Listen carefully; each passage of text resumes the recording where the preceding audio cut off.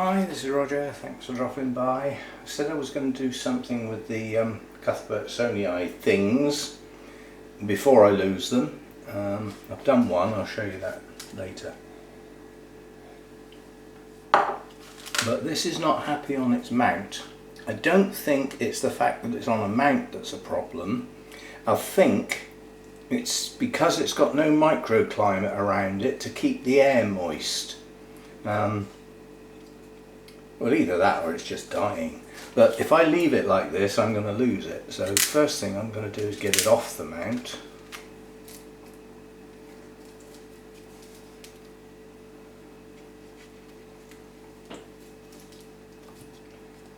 I'm just going to peel off. Yes, goody.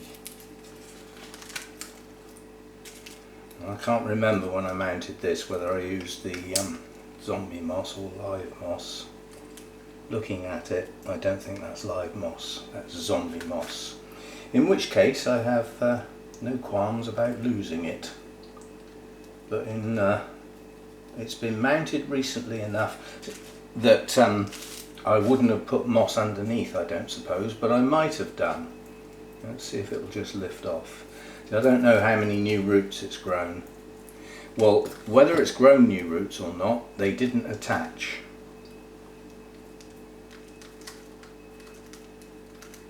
I've got no reason to take all this moss off. I don't think it's been on this mount that long, although it does smell a bit earthy. So the thing is, with moss, it is totally dependent on how wet it stays, whether it ever dries out. All these factors come into play as to whether it's a lot of these roots aren't good. They may look good, but they're falling apart in my fingers. They're not alive, a lot of these. See, they're just coming off. Some, not all. But I think it has actually grown some new roots, but not many. So it's not a rootless plant, that's what I'm getting at. And there are some roots that have come off of this plant, like here, in the not too distant past. But it's not a happy plant, and there are some canes like that one that are rotten. So anything I don't like's coming off. And when there's a cane like that that's very old and leafless, there's no point in leaving it on. But in amongst here are a couple of new growths, where's my camera, yeah, that have got nice leaves on. So it is growing, it's just not doing it very well. Now my idea is to, I just need an extra piece of equipment, I'll be back. Right, top the coffee up while I was at it. Right, history. When I first got these types, I think I had 3 at one point, one's gone, which is a shame because that's one of the ones my daughter got for me, but it wasn't a good plant to start with, unfortunately. When I first got them, they were actually planted in trays like this, which I made some holes in so that water could escape, and I put a layer of moss and bark in and planted them on there. But they did not do well like that. I gave them some time, but the problem was, because I'd made the holes in the tray, the water did drain out, and they often got dry without me noticing. It's the wet looked top, the top looked wet. My mouth won't work. So that didn't work, so I thought, right, we'll give it a go at mounting them then. And we had a go at mounting them, and that's not worked either. Now some of that could have been the placement. So I just found another rotten one there. The fact that the mount was in airflow, you know, it was quite close to the circulating fans. The idea being, well, it'll help keep them cool. These are cloud forest growers. Help keep them cool. Yeah, well, it not only helps keep them cool, it dries them. It's a dramatic drying effect. This is something I'm now very aware of that I wasn't before, is yes, it has a cooling effect, but if it dries all the leaves out and the whole atmosphere around the plant at the same time, then a cloud forest dweller is not going to do well in that atmosphere, is it? Right, We've got several new growths on here. It's not too late. I'm just hoping that this idea is going to work. And this is a strange idea, never been done before. So I'm just, some of these roots, there's no point leaving them on, basically, they're just dead. But there are some good ones over this side and a few over here. So we've got some. Right, this is my idea. I know I've just taken it off a mount, but I'm not actually going to mount it. I just want somewhere for the plant to sit. And I'll show you what I've done with the other one now. So this is still on its mount. This one's got some live moss on the mount. So what I've done is I've sat the mount in a tray and put live sphagnum moss all round it. I will keep the tray topped up with water. That'll keep the sphagnum moss alive, and the sphagnum moss will wick into the moss on the mount and keep the roots moist. And I've created a microclimate around the plant with a lot of humidity coming off of that moss, providing I keep it moist, of course. I've got a bit too much water in there at the moment, don't need that much. So that's what I plan on doing with this one. The difference is I'm not actually going to mount it, I'm just going to sit it on that mount and let the moss hold it in place. It might sound odd, but I want the plant sat proud. Yeah? If the roots want to grab hold of the mount over time, then so be it. They can make it so, as the expression goes. But I'm not going to force it onto the mount. It's just going to be sitting. This is live moss. That's going to go over the top of the roots and be touching the mount. And the idea is that the live moss will root onto the mount and establish itself, giving a firm base for the plant's roots to go into. So it's a combination of both going on here. I'm actually going to put some of the fluffy moss on here too, because if that grows, that would be marvellous. Right, so that plant is now quite firmly held by just pressing the moss onto the mount. Don't believe it needs tying as well.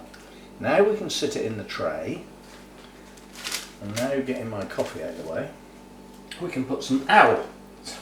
Sorry about that, my knuckle just touched the kettle and it's just boiled. That was hot. Made me jump as well. Sort of thinking, you know, I'm just picking up some moss here. Shouldn't be having to do, ouch. Right, so what I'm doing is just laying some live sphagnum moss in the tray so that it's touching the other type of live moss. But the other type of live moss will not be sat in water. It will just be wet via wicking. No other means. The mount will virtually disappear under this moss. That's not a problem. And this whole lot is quite loose, nothing's packed in tight.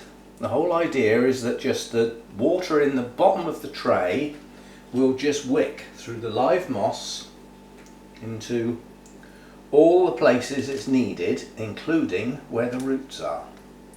And again, we have a microclimate around the plant given off by this.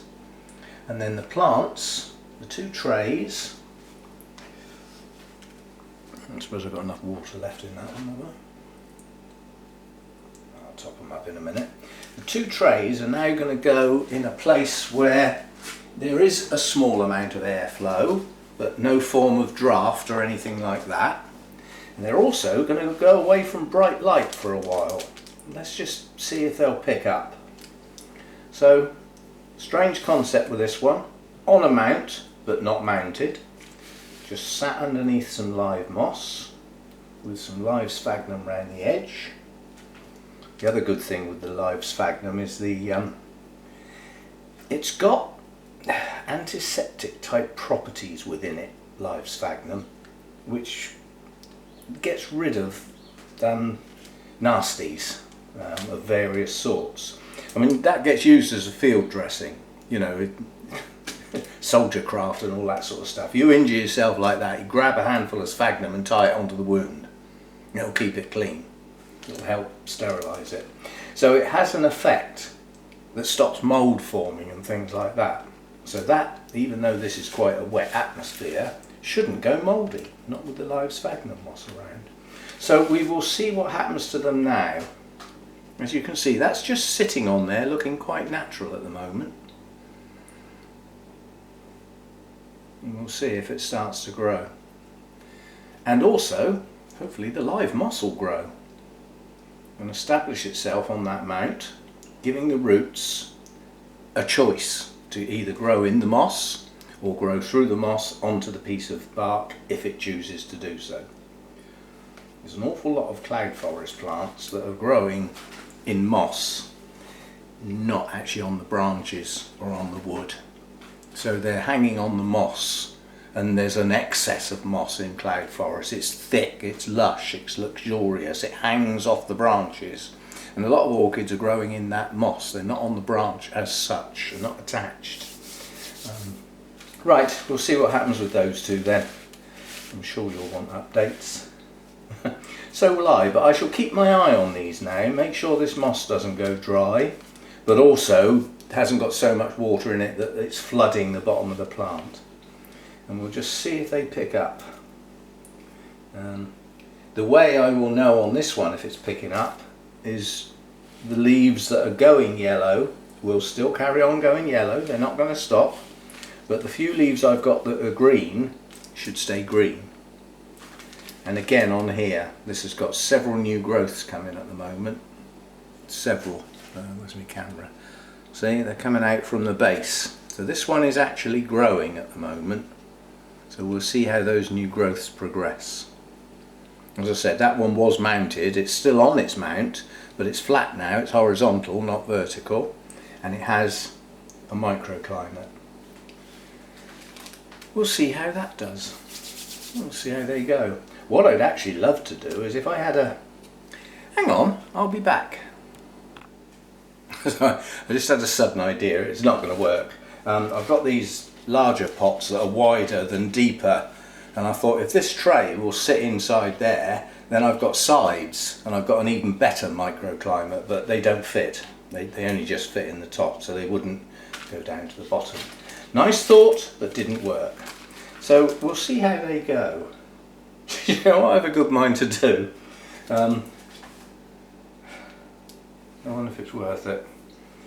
I was thinking that, what about if I actually sit those little trays on my moss tray, increasing the microclimate even more? I wonder. I'll see how they do as they are for now, but I'm just trying to increase the air humidity as much as I can. These really are up in the 80% plus to be happy. 85 to 90 is good, and I can't achieve that except in tiny little places, possibly. So actually I'm going to give it a go. If I move the live moss out of the way, the stuff that I'm expecting to grow again, leaving like a bald patch. Let's just shuffle this around a bit, because obviously if the tray sits on it, it's got no light, it will die off. And then I'm going to sit that on there to give it even more of a microclimate, because the tray's got to stay wet or the moss will die, and this tray is entirely self-contained then. So that would be that one. And then what about if I do the same with this one? Because the live moss is very loose on the top. It's actually grown quite a lot. Quite impressed. I'll move that. The green stuff, it's brown underneath. It's not dead, but it's brown underneath. And how about popping that one on there? That's an awful lot more moisture than in the air around them than they've ever had. So I've just got to rinse my hands. So that's about as good as I'm going to get, I think. Lots more moisture around the roots, live moss around the base, and a lot more humidity around the individual plants because of the moss trays that they're living in. Right, let's go and find a home for them and see what we do. As I said, if I'd left them as they were, I don't think they were going to last much longer. So I'm trying to get as much help to these plants as I can, and we'll see how they progress. See you next time.